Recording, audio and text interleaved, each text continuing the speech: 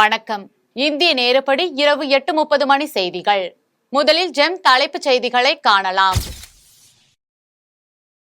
தேர்தலில் பிரதமர் நரேந்திர மோடி போட்டியிட தடை கோரி தாக்கல் செய்யப்பட்ட பொதுநல மனுவை தள்ளுபடி செய்தது டெல்லி உயர்நீதிமன்றம். இந்தியா கூட்டணி ஆட்சி அமைத்தால் ஓராண்டிற்கு மு.க. ஸ்டாலின் பிரதமராக இருப்பார். பீகாரில் நடைபெற்ற தேர்தல் பிரச்சாரத்தில் அமித்ஷா விமர்சனம். தமிழக அரசின் அலட்சிய போக்கினால் தலைநகர் சென்னை கொலை நகரமாக மாறி வருகிறது. அம்மா மக்கள் முன்னேற்ற கழக பொதுச் செயலாளர் டிடிவி தினகரன் குற்றச்சாட்டு. கென்யாவில் அணை உடைந்து ஊருக்குள் வெள்ளம் புகுந்ததால் 40 பேர் உயிரிழப்பு. மாணவிகளை தவறாக வழிநடத்திய வழக்கில் பேராசிரியை நிர்மலா தேவி குற்றவாளி. ஸ்ரீவில்லிபுத்தூர் மாவட்ட மகிழா நீதிமன்றம் தீர்ப்பு. இனி விரிவான செய்திகளை காணலாம். தேர்தலில் பிரதமர் நரேந்திர மோடி போட்டியிட தடை கோரி பிரதமருக்கு எதிராக தாக்கல் செய்யப்பட்ட பொதுநல மனுவை டெல்லி உயர்நீதிமன்றம் தள்ளுபடி செய்தது. டெல்லி உயர்நீதிமன்றத்தில் கடந்த 15ஆம் தேதி பிரதமர் நரேந்திர மோடிக்கு எதிராக வழக்கறிஞர் ஜோண்டெல் என்பவர் பொதுநல மனு ஒன்றை தாக்கல் செய்தார். அந்த மனுவில் பிரதமர் நரேந்திர மோடி தனது தேர்தல் பிரச்சாரத்தின் போது பத்ம கடவுள் மற்றும் வழிபாட்டு தலங்களை குறிப்பிட்டு வாக்கு சேகரித்ததுடன் இஸ்லாமியர்களுக்கு எதிராக பேசினார் என்றும், வெறுப்பு பேச்சு காரணமாக பிரதமர் மோடி தேர்தலில் போட்டியிட 6 ஆண்டுகள் தடை விதிக்க தேர்தல் ஆணையத்திற்கு உத்தரவு பிறப்பிக்க வேண்டும் என்றும் குறிப்பிட்டிருந்தார். இந்த வழக்கு நீதிபதி சச்சின் தத்தா முன்பு இன்று விசாரணைக்கு வந்தது. அப்போது தேர்தல் ஆணையம் தரப்பில் ஆஜரான வழக்கறிஞர், இதுபோன்ற கோரிக்கை மனுக்களை தேர்தல் ஆணையம் நாள்தோறும் விசாரித்து வருகிறது என்றும், மனுதாரரின் புகார் மனு தேர்தல் ஆணையத்தில் பரிசீலனையில் உள்ளது என்றும், சட்டப்படி உரிய உத்தரவு பிறப்பிக்கப்படும் எனவும் தெரிவித்தார். இதனை பதிவு செய்து கொண்ட டெல்லி உயர்நீதிமன்றம் தேர்தலில் பிரதமர் மோடி போட்டியிட தடை கோரிய மனுவை தள்ளுபடி செய்தது. இந்தியா கூட்டணி ஆட்சி அமைத்தால் ஓராண்டுக்கு மு.க. ஸ்டாலின் பிரதமராக இருப்பார் என்று அமித்ஷா விமர்சித்துள்ளார். பீகாரில் நடைபெற்ற தேர்தல் பிரச்சாரத்தில் அமித்ஷா பேசினார். அப்போது பாஜக 2014இல் ஆட்சிக்கு வருவதற்கு முன்பு 30 ஆண்டுகளாக இந்த நாட்டில் ஸ்திரமற்ற அரசாங்கங்கள் இருந்தன எனவும், ஆனால் கடந்த 10 ஆண்டுகளில் நாடு வலுவான தலைமையை பெற்று ஸ்திரத்தன்மையை பெற்றுள்ளது எனவும், அரசியல் ஸ்திரத்தன்மை மட்டுமல்ல கொள்கைகளிலும் வளர்ச்சி திட்டங்களிலும் பாஜக ஸ்திரத்தன்மை பெற்றுள்ளது என்றும் தெரிவித்தார். மேலும் இந்தியா கூட்டணி ஆட்சி அமைத்தால் ஓராண்டுக்கு மு.க. ஸ்டாலின் பிரதமராக இருப்பார் என்றும், அதேபோல மம்தா, சரத்பவாரும் தலா ஓராண்டுக்கு பிரதமராக இருப்பார்கள் என்றும், ஏதேனும் ஒரு ஆண்டு மிச்சமிருந்தால் ராகுல் காந்தி பிரதமர் ஆவார் என்றும் அமித்ஷா தெரிவித்தார். இதற்கு முன்னதாக எதிர்க்கட்சியினர் பிரதமர் பதவியை ஏலம் விடுவதில் மும்முரமாக உள்ளனர் எனவும், இந்தியா கூட்டணி கட்சியினர் ஒரு வருடத்திற்கு ஒரு பிரதமர் என்ற பார்முலாவை உருவாக்க திட்டமிட்டு வருகின்றனர் என்றும் பிரதமர் நரேந்திர மோடி பேசியிருந்தார் என்பது குறிப்பிடத்தக்கது. தமிழக அரசின் அலட்சிய போக்கின் காரணமாக தலைநகர் சென்னை கொலை நகரமாக மாறிக்கொண்டிருக்கிறது என்று அம்மா மக்கள் முன்னேற்ற கழக பொதுச் செயலாளர் டிடிவி தினகரன் குற்றம் சாட்டியுள்ளார். அம்மா மக்கள் முன்னேற்ற கழக பொதுச் செயலாளர் டிடிவி தினகரன் அறிக்கை வெளியிட்டுள்ளார்.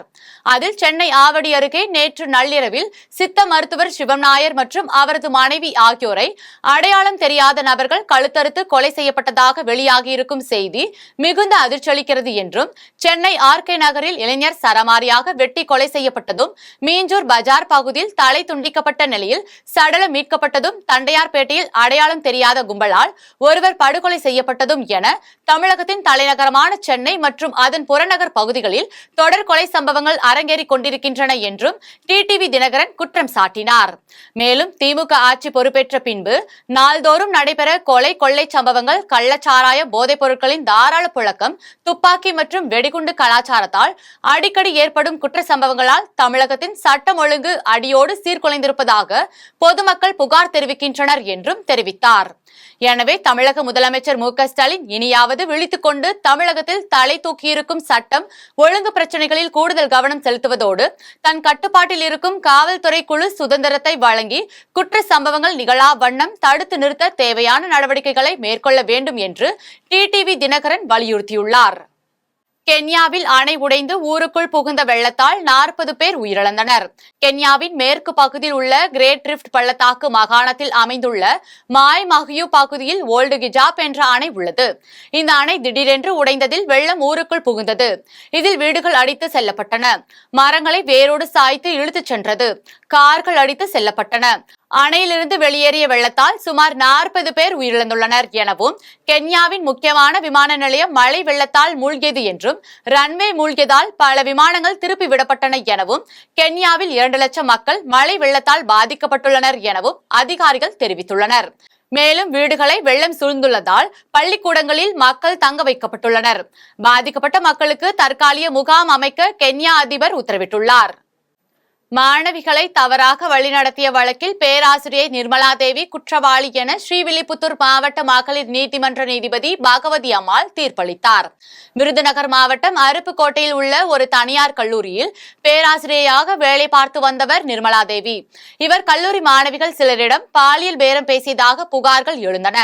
இது தொடர்பாக அருப்புக்கோட்டை காவல்துறையினர் வழக்கு பதிவு செய்து கடந்த 2018ஆம் ஆண்டு ஏப்ரல் 16ஆம் தேதி நிர்மலா தேவியை கைது செய்தனர்.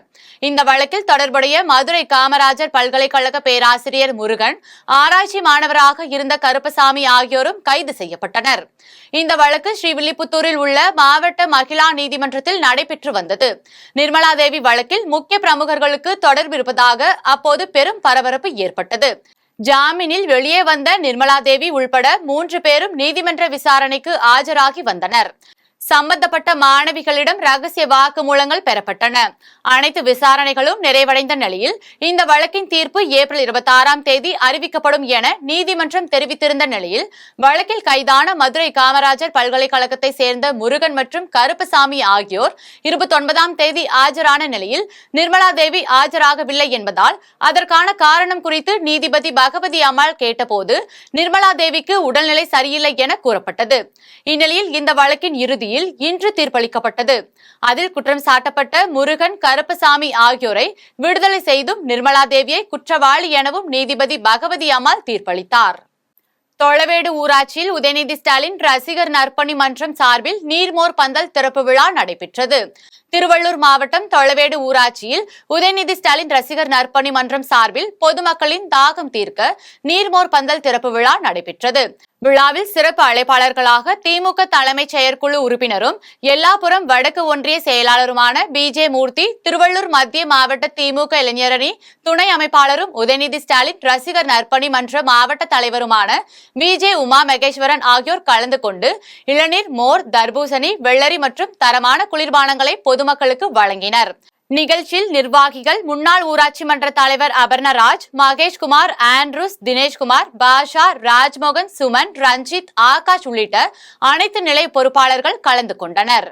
காஞ்சிபுரம் அடுத்த களக்காட்டூர் பகுதியில் முன்னாள் அமைச்சர் வளர்மதி மற்றும் சோமசுந்தரம் ஆகியோர் தண்ணீர் பந்தலை திறந்து வைத்து மக்களுக்கு பழ வகைகளை வழங்கினர். கோடை காலத்தில் பொதுமக்கள் தண்ணீர் அருந்தி பயன்பெறுவதற்கு மக்கள் கூடும் இடங்களில் தண்ணீர் பந்தல் அமைக்க வேண்டும் என அதிமுக பொதுச் செயலாளர் எடப்பாடி பழனிசாமி அறிவித்திருந்த நிலையில், தமிழகம் முழுவதும் பல்வேறு பகுதிகளில் அதிமுகவினர் தண்ணீர் பந்தலை திறந்து வருகின்றனர். அதன்படி காஞ்சிபுரம் அடுத்த களக்காட்டூர் பகுதியில் அதிமுக ஒன்றிய செயலாளர் களக்காட்டூர் ராஜு தலைமையில் தண்ணீர் பந்தல் அமைக்கப்பட்டது. அதில் ரோஸ் மில்க், பழசாறு, தர்பூசணி, கீரைக்காய், குளிர்பானங்கள் என ஏற்பாடுகள் செய்யப்பட்டிருந்தது. தண்ணீர் பந்தலை முன்னாள் அமைச்சர் வளர்மதி மற்றும் சோமசுந்தரம் ஆகியோர் தண்ணீர் பந்தலை திறந்து வைத்து மக்களுக்கு பழ வகைகளை வழங்கினர். நிகழ்ச்சியின் முன்னதாக களக்காட்டூரை சுற்றியுள்ள பகுதிகளில் உள்ள பாமகவை சேர்ந்த இளைஞர்கள் 50க்கும் மேற்பட்டோர் முன்னாள் அமைச்சர் வளர்மதி முன்னிலையில் தங்களை அதிமுகவில் இணைத்துக் கொண்டனர். கஞ்சா விற்பவர்களின் மீது உரிய நடவடிக்கை எடுக்க வேண்டும் என்று சென்னை ராயப்பேட்டையில் தண்ணீர் பந்தலை திறந்து வைத்த தமிழ் மாநில காங்கிரஸ் கட்சி தலைவர் GK வாசன் தெரிவித்துள்ளார். சென்னை ராயப்பேட்டை பகுதியில் பொதுமக்களுக்கு கோடைக்கால வெப்பத்தை தணிக்கும் வகையில் தமிழ் மாநில காங்கிரஸ் கட்சியின் சார்பில் நீர்மோர் பந்தல் திறக்கும் நிகழ்ச்சி நடைபெற்றது. நிகழ்ச்சியில் கட்சியின் தலைவர் GK வாசன் கலந்து கொண்டு நீர்மோர் பந்தலை திறந்து வைத்து பொதுமக்களுக்கு குளிர்பானங்களை வழங்கினார். நிகழ்ச்சியை தொடர்ந்து GK வாசன் செய்தியாளர்களை சந்தித்து பேசினார். அப்போது தமிழக அரசிற்கு எப்போதெல்லாம் பிரச்சனை வருகிறதோ அப்போதெல்லாம் மத்திய அரசின் மீது பழியை போட்டுவிட்டு தப்பித்துக் கொள்ள முயற்சி செய்கிறது என்றும், கஞ்சா விற்பவர்களின் மீது உரிய நடவடிக்கை எடுக்க வேண்டும், காவல்துறை கண்டிப்புடன் செயல்பட வேண்டும் என பொதுமக்கள் எதிர்பார்ப்பதாக GK வாசன் குறிப்பிட்டுள்ளார். மேலும் வெயிலின் தாக்கத்திலிருந்து பொதுமக்களை காக்கும் வகையில் அரசு முன்னெச்சரிக்கை நடவடிக்கை எடுத்திருக்க வேண்டும். ஆனால் அரசு இதுவரை அதுபோன்ற எந்த நடவடிக்கையும் எடுக்கவில்லை என்றும், விரைந்து நடவடிக்கை எடுக்க வேண்டும் என்றும் தமிழ் மாநில காங்கிரஸ் கட்சியின் தலைவர் GK வாசன் வலியுறுத்தியுள்ளார். எப்போதெல்லாம் தமிழக அரசுக்கு மக்கள் பிரச்சனை ஏற்படுகிறதோ, அதை முறையாக சரியாக தீர்க்க முடியாத நிலை இருக்கிறதோ, அப்போதெல்லாம் மத்திய அரசின் மீது ஒரு குற்றத்தை மக்கள் மீது வைப்பது அவர்களுக்கு பழக்கமாக ஆகிவிட்டது. அப்பொழுதுதான் அவர்கள் செய்யக்கூடிய முறையான பணியை சரியாக செய்யவில்லை என்பதை மக்கள் மனதிலிருந்து நீக்க வேண்டும் என்பது அவர்களது எண்ணமாக இருக்கிறது. தற்போது மத்திய அரசுடைய நிதியை பற்றி பேசுவதற்கு காரணம், தமிழகத்திலே கோடை வெயில் காரணமாக தண்ணீர் பற்றாக்குறை துவங்கி இருக்கிறது. தண்ணீர் பற்றாக்குறைக்கு ஆக்கப்பூர்வமான பணியை செய்ய வேண்டிய கடமை தமிழக அரசுக்கு உண்டு. அதை அவர்கள் முறையே சரியே செய்ய வேண்டும். பல இடங்களிலே மக்கள் தண்ணீர் குடங்களோடு நிற்கக்கூடிய நிலை ஏற்பட துவங்கி இருக்கிறது. வேலூர் மாவட்ட அரிமா சங்கத்தின் ஒருங்கிணைப்பாளர் வெங்கடேசனின் பிறந்தநாள் விழா கொண்டாடப்பட்டது. வேலூர் மாவட்ட அரிமா சங்கத்தின் ஒருங்கிணைப்பாளர் வெங்கடேசன் தனது பிறந்த நாளை முன்னிட்டு ஏழை எளியோர்களுக்கு நலத்திட்ட உதவிகள் மற்றும் மத்திய உணவு பொட்டலங்கள் வழங்கும் நிகழ்ச்சி நடைபெற்றது. நிகழ்ச்சிக்கு லயன்ஸ் சங்க தலைவர் கமல்ஹாசன் தலைமை தாங்கினார். இதில் சிறப்பு அழைப்பாளராக மாவட்ட ஒருங்கிணைப்பாளர் வெங்கடேசன் கலந்து கொண்டு ஏழை எளியோருக்கு நலத்திட்ட உதவிகள் மற்றும் மத்திய உணவு பொட்டலங்களை வழங்கினார். இதில் அரிமா சங்கத்தின் செயலாளர் முருகதாஸ் உள்ளிட்ட பலர் கலந்து கொண்டனர். சேலத்தில் சொத்து தகராறு தொடர்பாக ஊர் கவுண்டர் ராஜேந்திரன் மற்றும் அவரின் மகன் தாக்கும் காட்சி சமூக வலைதளங்களில் வைரலாகி வருகிறது. சேலம் ரெட்டியூர் பகுதியில் ஊர் கவுண்டர் ராஜேந்திரன், அவரது மகன் சுரேஷ் மற்றும் உறவினர்களிடையே சொத்து தொடர்பாக தகராறு இருந்து வந்தது. இந்நிலையில் ஈவு இரக்கமின்றி பிரதான சாலையில் தந்தையும் மகனும் மாறி மாறி தாக்கும் காட்சி சமூக வலைதளங்களில் வைரலாகி வருகிறது. இந்த விவகாரத்தில் காவல்துறையினர் நடவடிக்கை எடுக்க வேண்டும் என அந்த பகுதி மக்கள் கோரிக்கை விடுத்துள்ளனர். சட்டத்துறை அமைச்சர் ரகுபதி என் மீது கூறியுள்ள குற்றச்சாட்டை 24 மணி நேரத்தில் நிரூபிக்க வேண்டும் என்றும், அப்படி நிரூபிக்க தவறினால் அவர் தன்னுடைய பதவியை ராஜினாமா செய்ய வேண்டும் என்றும் முன்னாள் அமைச்சர் விஜயபாஸ்கர் தெரிவித்துள்ளார். காவிரி கூட்டு குடிநீர் திட்ட குழாயை உடைத்து தனிப்பட்ட முறையில் விவசாயத்திற்கும் அவருடைய கல்லூரிக்கும் காவிரி நீரை முன்னாள் அமைச்சர் விஜயபாஸ்கர் பயன்படுத்துவதாக சட்டத்துறை அமைச்சர் ரகுபதி செய்தியாளர்கள் சந்திப்பில் குற்றம் சாட்டினார். இந்த நிலையில் இந்த குற்றச்சாட்டு பொய்யான குற்றச்சாட்டு என்றும், தன்னுடைய பெயருக்கும் புகழுக்கும் களங்கம் விளைவிக்கும் வகையிலும் கலவரம் உண்டாக்கும் வகையில் பேசிய சட்டத்துறை அமைச்சர் ரகுபதி மீது நடவடிக்கை எடுத்து 504, 505, 153 ஆகிய 3 பிரிவுகளில் வழக்கு பதிவு செய்ய வேண்டும் என வலியுறுத்தி முன்னாள் அமைச்சர் விஜயபாஸ்கர் சார்பில் அதிமுக வழக்கறிஞர்கள் அணியினர் மற்றும் அதிமுக நிர்வாகிகள் மாவட்ட காவல்துறை கண்காணிப்பாளர் அலுவலகத்தில் கண்காணிப்பாளரிடம் புகார் மனு அளித்தனர். இது தொடர்பாக முன்னாள் அமைச்சர் விஜயபாஸ்கர் செய்தியாளர்களிடம் தெரிவிக்கையில், புதுக்கோட்டையில் அதிமுக சார்பில் தண்ணீர் பந்தலை திறந்து வச்சுட்டு பத்திரிகை ஊடகத்துறை நண்பர்களை உங்களை பார்த்து நீங்கள் கேட்ட கேள்விக்கு நான் பதில் சொன்னேன். அதில் நான் சொன்ன முதல் பாயிண்ட் தமிழ்நாடு முழுக்க வெப்ப அலை வீசுகிறது, உச்சி வெயில் மண்டையை பிளக்கக்கூடிய அளவிற்கு கடுமையாக இருக்குது, ஸ்ட்ரோக் வந்துடும், இது அரசாங்கம் சரியான கைட்லைன்ஸ் கொடுக்கல அப்படின்னு நான் முதல் குற்றச்சாட்டை வச்சேன். அன்று மாலையே மாண்புமிகு முதலமைச்சர் அவர்கள் அரசு அதிகாரிகளோடு அவர் மீட்டிங் நடத்தி கைட்லைன்ஸை வெளியிட்டார். இந்த வெப்ப காலங்களில், கோடை காலத்தில் பொதுமக்கள் எப்படி பாதுகாப்பாக இருக்கணும் அப்படின்னு அவர் கைட்லைன்ஸ் வெளியிட்டார். அது ஒரு நல்ல விஷயமா நான் பார்க்குறேன். அன்றைக்கே நான் இன்னொரு குற்றச்சாட்டை வைத்தேன். நீங்கள் தான் கொஸ்டின் கேட்டீங்க. தாம்பரம் அருகே நெடுங்குன்றம் ஊராட்சி வார்டு அதிமுக உறுப்பினரின் ஓட்டல் மீது நாட்டு வெடிகுண்டு வீசிய சம்பவம் குறித்து காவல்துறையினர் விசாரணை நடத்தி வருகின்றனர்.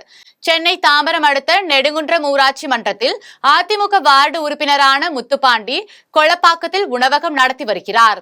இந்நிலையில் இருசக்கர வாகனத்தில் வந்த சில மர்ம நபர்கள் உணவகத்தில் அடுத்தடுத்து 2 நாட்டு வெடிகுண்டுகளை வீசினர். வெடிகுண்டுகள் பலத்த சத்தத்துடன் வெடித்ததில் கடும் புகைமூட்டம் ஏற்பட்டது. இதுகுறித்து தகவல் அறிந்து சம்பவ இடத்திற்கு வந்த தாம்பரம் காவல்துறையினர் வெடிகுண்டு நிபுணர்களை வரவழைத்து வெடித்து சிதறிய பொருட்களை சேகரித்து சென்று விசாரணை நடத்தினர்.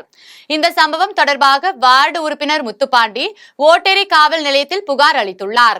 புகாரின் அடிப்படையில் சம்பவ இடத்திற்கு வந்த ஓட்டேரி காவல்துறையினர் அருகில் உள்ள சிசிடிவி காட்சிகளை ஆராய்ந்ததின் மூலம் அர்ஜுன் என்பவரை பிடித்து விசாரணை நடத்தி வருகின்றனர். அங்கதான் ஹோட்டல் வச்சிருக்கோம். நாங்க ஒரு 4:30 மணி ஒரே வண்டி சத்தம் கேட்டது. வண்டி சத்தம் கேட்ட உடனே எங்கள் வீட்டுக்காரர் அப்போ தான் உள்ளே போகிறாங்க. அங்கே உட்காந்துட்டு போன உடனே ஃபஸ்ட்டு ஒரு குண்டு விழுந்ததுயா. விழுந்த உடனே கப்புன்னு பெட்ரோல் மாதிரி நெருப்பு அது மாதிரி தெரிஞ்சது. ரெண்டாவது அதே குண்டு ஓங்கி அடித்த உடனே மேலே வர புகை ஃபுல்லாக புகைங்கய்யா. மூஞ்சியே தெரில. எனக்கு சுகர் ப்ரெஷர் இருக்குது. ரொம்ப ஒரு மாதிரி ஆகி பின்னாடி ஓடி போயிட்டேன். ஓடி போனோடனே எங்கள் வீட்டுக்காரன் பையன் உள்ளே இருந்தவங்க ஓடியாந்து என்ன தான் தேடுறாங்க. புகையில் ஒன்றுமே தெரியல. ஐயோ ஐயோ ஐயோன்னொடனே தேடுறாங்க. தேடி அந்த நான் இங்கே இருக்கையான்னு சொன்னோடனே என்னை பிடிச்சி கூட்டிகிட்டு வந்து தண்ணிலாம் கொடுத்து வெளியில் கூட்டு வந்துட்டாங்க ஐயா. அதுக்குள்ளே அவனை செகண்டில் அவன் சவுண்டு கேட்டு கோவை சின்ன தடாகம் பகுதியில் தோட்டத்தில் புகுந்த ஒற்றை காட்டு யானை இரும்பு வேலியை சேதப்படுத்திய சம்பவம் அப்பகுதியில் பரபரப்பை ஏற்படுத்தியுள்ளது. கோடை வெயிலின் தாக்கம் அதிகரித்து வருவதால் உணவுக்காகவும் தண்ணீருக்காகவும் யானைகள் அடிக்கடி ஊருக்குள் நுழைவது வாடிக்கையாகி வருகிறது. இந்நிலையில் ஊருக்குள் நுழையும் யானைகள் பயிர்களை சேதம் செய்வதோடு மனிதர்களையும் தாக்கி அச்சுறுத்தி வருகிறது. இந்த நிலையில் சின்ன தடாகம் வரப்பாளையம் பகுதியில் குணசேகரன் தோட்டத்திற்குள் புகுந்த ஒற்றை காட்டு யானை அங்கு போடப்பட்டிருந்த இரும்பு வேலியை சேதப்படுத்தி உள்ளது. இச்சம்பவம் குறித்து வனத்துறையினருக்கு தகவல் அளிக்கப்பட்டது. ஊருக்குள் ஒற்றை காட்டு யானை அடிக்கடி வருவதால் பொதுமக்கள் பாதுகாப்பாக இருக்கும்படி வனத்துறையினர் எச்சரிக்கை விடுத்துள்ளனர். சென்னையில் வெயில் தாக்கம் காரணமாக 188 இடங்களில் குடிநீர் தண்ணீர் அமைத்துள்ளோம் என்றும் பொதுமக்கள் 12 மணி முதல் 3 மணி வரை வெளியே வர வேண்டாம் என்றும் மாநகராட்சி ஆணையாளர் ஜே ராதாகிருஷ்ணன் தெரிவித்தார். சென்னை திருவான்மையூர் திருவள்ளுவர் நகர் கடற்கரை சாலையில் தெருநாய்களுக்கு ரேபிஸ் தடுப்பூசி போடும் பணி நடைபெற்றது. அதனை அடுத்து கோடை வெப்பத்தின் தாக்கத்தை தணிக்க தண்ணீர் பந்தல் திறக்கும் நிகழ்ச்சியும் ஆரம்ப சுகாதார நிலையத்தில் ORS கரைசல் வழங்கும் நிகழ்ச்சியும் நடைபெற்றது. நிகழ்ச்சியில் பெருநகர சென்னை மாநகராட்சி ஆணையாளர் ஜே ராதாகிருஷ்ணன் கலந்து கொண்டு அனைத்தையும் பார்வையிட்டு ஆய்வு செய்தார். அப்போது மருத்துவர் என்ற முறையில் தெருநாய் ஒன்றுக்கு ராதாகிருஷ்ணன் ரேபிடஸ் ஊசி செலுத்தினார். அதன் பின்னர் செய்தியாளர்களை சந்தித்து பேசினார். அப்போது சென்னையில் வெயிலின் தாக்கம் அதிகரித்துள்ளதால் 188 இடங்களில் தண்ணீர் பந்தல் அமைத்துள்ளோம் என்றும் பொதுமக்களுக்கு 12 மணி முதல் 3 மணி வரை வெளியே வர வேண்டாம் என்றும் மாநகராட்சி ஆணையாளர் ஜே ராதாகிருஷ்ணன் தெரிவித்தார். இன்னைக்கு எங்களோட பர்பஸ் வந்து 2-foldங்க. ஒன்று, ஏற்கனவே உங்களுக்கு தெரியும் நம்ம வெயில் தாக்கம் அதிகமாக இருக்கும்னு மெட்ரோலாஜிக்கல் டிபார்ட்மெண்ட் குறிப்பாக தென் மாநிலங்களுக்கு அவங்க வந்து சொல்லிட்டு, அதே மாதிரி அதுலேயும் சில மாவட்டங்கள் சொல்லியிருக்காங்க. சென்னை அதில் டைரெக்டாக இதாகட்டா கூட நமக்கு ஆல்மோஸ்ட் 1 கோடி மக்கள் வந்து போகக்கூடிய நிலைமை இருக்கிறதுனால அரசும் பல்வேறு நடவடிக்கை எடுக்க அறிவுறுத்துள்ளது. மாநகராட்சியும் தன் பங்குக்கு பல்வேறு இடத்தில் குடிதண்ணியை பொறுத்தவரை Chennai metro water and sewerage supply board வந்து அதுக்கான பப்ளிக் பொதுமக்களுக்கும் வீடுகளுக்கான ஏற்பாடு செய்யும் நிலையில் நம்ம வந்து பொது இடங்களில் பல்வேறு இடங்களில் குடிதண்ணிக்கான ஏற்பாடு செஞ்சுருக்கோம். அது வந்து சுமார் வந்து ஏற்கனவே 188 இடங்கள். புதுக்கோட்டை மாநகராட்சியுடன் ஊராட்சி கிராமங்களை இணைப்பதற்கு எதிர்ப்பு தெரிவித்து அப்பகுதி மக்கள் உண்ணாவிரத போராட்டத்தில் ஈடுபட்டனர். புதுக்கோட்டை மற்றும் அதை சுற்றுவட்டார கிராமங்களான திருமலராயர் சமுத்திரம், திருக்கட்டளை உட்பட பல ஊராட்சிகளை ஒன்றிணைத்து புதுக்கோட்டை நகராட்சியை மாநகராட்சியாக அறிவிக்கப்பட்டது. இதனை அடுத்து ஊராட்சி பொதுமக்கள் தங்கள் ஊராட்சிகளை மாநகராட்சியோடு இணைப்பதற்கு எதிர்ப்பு தெரிவித்து பல்வேறு கட்ட போராட்டங்களை நடத்தினர். இந்நிலையில் திருமலராயர் சமுத்திரம் ஊராட்சி மற்றும் திருக்கட்டளை ஊராட்சியை சேர்ந்த 300க்கும் மேற்பட்டோர் மேட்டுப்பட்டி மற்றும் கேப்பாறை பேருந்து நிறுத்தம் அருகே உண்ணாவிரத போராட்டத்தில் ஈடுபட்டனர். அப்போது ஊராட்சியாக இருக்கும் வீட்டு வரி, சொத்து வரி மிக குறைவாக செலுத்தி வரும் நிலையில் மாநகராட்சியோடு இணைக்கப்பட்டால் சொத்து வரி, வீட்டு வரி அதிகரிக்கக்கூடும் என்றும் 100 நாள் வேலை பாதிக்கப்படும் என்றும் தெரிவித்தனர். ஆரணி அருகே ஆக்கிரமிப்புகளை அகற்றிவிட்டு தார் சாலை அமைக்க வேண்டும் எனவும் ஏரி கால்வாய் காணாமல் போனதை கண்டுபிடித்து தர வேண்டும் எனவும் வட்டார வளர்ச்சி அலுவலகத்தில் விவசாயிகள் புகார் மனு அளித்தனர். திருவண்ணாமலை மாவட்டம் ஆரணி அடுத்த SP நகரத்தில் இருந்து மைனாந்தல் கிராமத்திற்கு புதிதாக தார் சாலை அமைக்கும் பணி நடைபெற்று வருகிறது. இந்நிலையில் சாலையில் உள்ள ஆக்கிரமிப்புகளை அகற்றாமலேயே நெடுஞ்சாலைத்துறையினர் சாலை பணியை மேற்கொண்டு வருகின்றனர் என்று விவசாய சங்கத்தினர் குற்றம் சாட்டினர். ஆக்கிரமிப்புகளால் அவ்வழியாக நெல் அறுவடை இயந்திரம், கரும்புகளை ஏற்றிச் செல்லும் லாரிகள் செல்ல முடியாத சூழ்நிலை ஏற்பட்டுள்ளது என்றும் இதனால் ஆக்கிரமிப்புகளை அகற்றிவிட்டு புதிதாக தார் சாலை அமைக்கும் பணியை மேற்கொள்ள வேண்டும் என்றும் விவசாய சங்கத்தினர் கோரிக்கை விடுத்தனர். மேலும் ஈச்சாத்தாங்கல் ஏரியிலிருந்து கனிகுழுப்பை ஏரிக்கு செல்லும் கால்வாயை பல நாட்களாக காணவில்லை என்பதால் அதனை உடனடியாக கண்டுபிடித்து கல்வெட்டு பாலம் அமைக்க நடவடிக்கை மேற்கொள்ள வேண்டும் என்றும் விவசாய சங்கத்தினர் வட்டார வளர்ச்சி அலுவலகத்தில் புகார் மனு அளித்தனர். SP நகரத்திலிருந்து மைனந்தல் ஊருக்கு புதுசாக தார் சாலை போடுறதுக்கு பணி துவங்கி இருக்குது. அதில் வந்து ஆக்கிரமிப்புலாம் எதுவுமே எடுக்கலை. அந்த ஆக்கிரமிப்புலாம் எடுத்தால் தான் வாகனங்கள்லாம் போகிறதுக்கு, நெல் அறுவடை இயந்திரம், கரும்பு லாரி எல்லாமே போகிறது நல்லா இருக்கும். ஏரி கால்வாய் வந்து ஈசந்தாங்கல் ஏரியிலிருந்து கனிகிழிப்பு ஏரி வர ஏரி கால்வாய் எங்கே இருக்குதுன்னே இது வரைக்கும் கண்டுபிடிக்க முடியல யாராலையும். அந்த நீர் வந்து வெளியே போகிறதுக்கு வழி இல்லை. இது சம்மந்தமாக வந்து பிடிஓ ஆஃபீஸில் மனு கொடுத்துருக்கோம். இது வரைக்கும் 4-5 வாட்டி கொடுத்துருக்கோம். எந்த நடவடிக்கையும் இல்லை. நாங்களும் மேல் கொண்டு கொடுத்துன்னு தான் இருக்கிறோம். பேர் சொல்லிட்டு. என் பேர் விக்னேஸ்வரன். மைனந்தல் இருந்து ஈசன் நகர் ஏரி போகிற ஏரி கால்வாய் வந்து மூடிட்டாங்க. அது வந்து மீட்டு திருப்பி புதுசாக தூதுவாரி அமைச்சு தரணும். அதுவும் இல்லாமல் தார் சாலை போடுறாங்க. தார் சாலை வந்து ஆக்கிரமிப்பு பண்ணாமல் அப்படியே போடுறாங்க. விவசாய நிலம் இதில் பாதிக்குது. அதெல்லாம் அகற்றி நல்லா தார் சாலை போடணும். அதெல்லாம் நெல் பயிரெலாம் தேங்கி நெல் பயிரெலாம் வந்து அழிஞ்சு போகுது. தாம்பரத்தில் 3 ஆண்டுகளாக திமுகவில் பணியாற்றிய நாராயணன் திமுகவில் இருந்து விலகினார். தாம்பரத்தில் தொடர்ந்து 3 ஆண்டுகளாக திமுகவில் பணி செய்து வந்த நாராயணன் தற்போது திமுகவில் இருந்து விலகியுள்ளார். திமுக தன்னை எந்த பணியையும் செய்ய அனுமதிக்காததாலும் தன்னை திமுக சரியாக பயன்படுத்ததாலும் திமுகவின் மாவட்ட அமைப்பு சாரா ஓட்டுநர் அணி அமைப்பாளர் பதவி மற்றும் அடிப்படை உறுப்பினர் பதவியிலிருந்து விலகுவதாகவும் திமுக தலைமைக்கு கடிதம் அனுப்பி வைத்துவிட்டு தன்னை திமுகவிலிருந்து விலகிக் கொண்டார். யார் தனிப்பட்ட நபர் மேலே நான் தான் சொல்லிட்டு இருந்தேன். எனக்கு தனிப்பட்ட முறையில் யார் மேலே, ஏன்னா ஒரு இண்டிவிஜுவல்லாம் நினச்சா ஒன்று பண்ணலான்னா அப்போ இவ்வளோ பெரிய இயக்கம் எதுக்கு? ஒரு இண்டிவிஜுவல் நினச்சா ஒன்று பண்ணலாம் அப்படின்னு சொன்னால் ஒரு இயக்கமே தேவையில்லையே. ஒரு தனிப்பட்ட முறையில் ஒருத்தர்லாம் பண்ண முடியாது. அப்போது சிஸ்டம் சரியா இல்லைன்னு நினைக்கிறேன். சிஸ்டம் சரியா இல்லை. கோஷ்டி மோதலால் அந்த கட்சி பாதிக்கப்படும் நினைக்கிறீங்களா? இல்லை, நான் வந்து இந்த எல்லா அரசியல் இயக்கத்திலையும் கோஷ்டி இருக்குது. அது மாதிரி திமுகலையும் இருக்குது. நான் அதனால் இருக்குன்னு நினைக்கல. நான் தான் என்னுடைய ப்ரெஸ் ஸ்டேட்மெண்ட்டில் கொடுத்துருக்கேன். கட்டமைப்பை புதிய கட்டமைப்பை உருவாக்குவதிலும் விரிவுபடுத்துவதிலும் புதிய உறுப்பினர்களை சேர்த்து கட்சிக்கு புது ரத்தம் பாய்ச்சுவதிலும் தலைமை தவிர வேறு யாருக்கும். திருவள்ளூரில் சாவித்ரி என்ற பெண் மாவட்ட ஆட்சியர் டாக்டர் பிரபு சங்கரை சந்தித்து தனது கணவரின் உடல் உறுப்பு செயலிழக்க காரணமான மருத்துவர்கள் மீது நடவடிக்கை எடுக்க வேண்டும் என கோரிக்கை மனு அளித்தார். திருவள்ளூர் மாவட்டம் திருவள்ளூர் ஒன்றியம் ஈக்காடு கிராமத்தை சேர்ந்த கந்தகுமார் தனது குடும்பத்துடன் வசித்து வருகிறார். இந்நிலையில் கந்தன்குமாருக்கு ஏற்பட்ட தீராத வயிற்று வலியின் காரணமாக திருவள்ளூர் அரசு மருத்துவக் கல்லூரி மருத்துவமனையில் சிகிச்சைக்காக அனுமதித்தனர். அங்கு அவருக்கு வயிற்றில் அறுவை சிகிச்சை செய்வதற்கு முதுகு தண்டுவடத்தில் மயக்க ஊசி செலுத்தப்பட்டதாக கூறப்படுகிறது. முதுகில் செலுத்தப்பட்ட மயக்க ஊசியிலிருந்து நீரில் சுமார் 8 சென்டிமீட்டர் அளவில் கந்தன்குமார் முதுகில் அருந்துவிட்டது. இதனால் மேல் சிகிச்சைக்காக சென்னை ராஜீவ்காந்தி அரசு மருத்துவமனையில் அனுமதித்ததை அடுத்து முதுகு தண்டுவடத்தில் இருந்த 8 சென்டிமீட்டர் நீடிலை மருத்துவர்கள் அகற்றினர். இதனால் கந்தன்குமாரில் உடலில் இடுப்பிற்கு கீழே உள்ள எந்த உடல் உறுப்பும் வேலை செய்யாமல் செயலிழந்து விட்டது. இதனால் கந்தன்குமாரின் மனைவி சாவித்ரி, எனது கணவரின் உடல் உறுப்புகள் செயலிழக்க காரணமாக இருந்த மருத்துவர்கள் மீது நடவடிக்கை எடுக்க வேண்டும் என திருவள்ளூர் மாவட்ட ஆட்சியர் டாக்டர் பிரபு சங்கரை சந்தித்து கோரிக்கை மனு ஒன்றை அளித்தார்.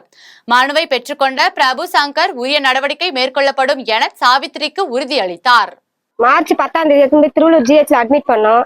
வயிற்றுல கட்டி இருக்கு, அடைப்பு இருக்குன்னு ஆபரேஷன் பண்றாங்க. 23ஆம் தேதி ஆபரேஷன் பண்ணாங்க. உள்ள கூட்டின்னு போயிட்டு எந்த பதிலுமே வரல 2 மணி வரையும். அப்புறமா ஒரு 2 மணிக்கு மேல நானா போய் கேட்ட பிறகு அவங்க சொல்றாங்க இந்த மாதிரி ஊசி உடைஞ்சிச்சு, ஆபரேஷன் லைட்டா பண்ணோம். இந்த மாதிரி எம்ஆர்ஐ ஸ்கேன் எடுத்தாதான் ரிசல்ட்னா தெரியும். அது வரையும் எதுவுமே தெரியாதுமா. நாங்க எம்ஆர்ஐ ஸ்கேன் எடுத்து நாங்க 2 மணிக்கு போய் கேட்டோம், 4 மணிக்கு போய் கேட்டோம், 6 மணிக்கு போய் கேட்டோம். என் பசங்க அழுதுங்க 2 குழந்தைகளும். திருவள்ளுவர் மாவட்டம் பணி நிறைவு பாராட்டு விழாவில் தலைமை ஆசிரியரின் காலில் விழுந்து முன்னாள் மாணவர்கள் ஆசி பெற்றனர். திருவள்ளூரை அடுத்த செவ்வாப்பேட்டையில் இயங்கி வரும் அரசு ஆதிதிராவிடர் நல ஆரம்ப பள்ளியில் சிறப்பாக பணியாற்றி வந்த தலைமை ஆசிரியர் ஜான்சனுக்கு பணி நிறைவு பாராட்டு விழா தனியார் திருமண மண்டபத்தில் நடைபெற்றது. விழாவில் சிறப்பு அழைப்பாளராக பூந்தமல்லி சட்டமன்ற உறுப்பினர் கிருஷ்ணசாமி பங்கேற்று பேசினார்.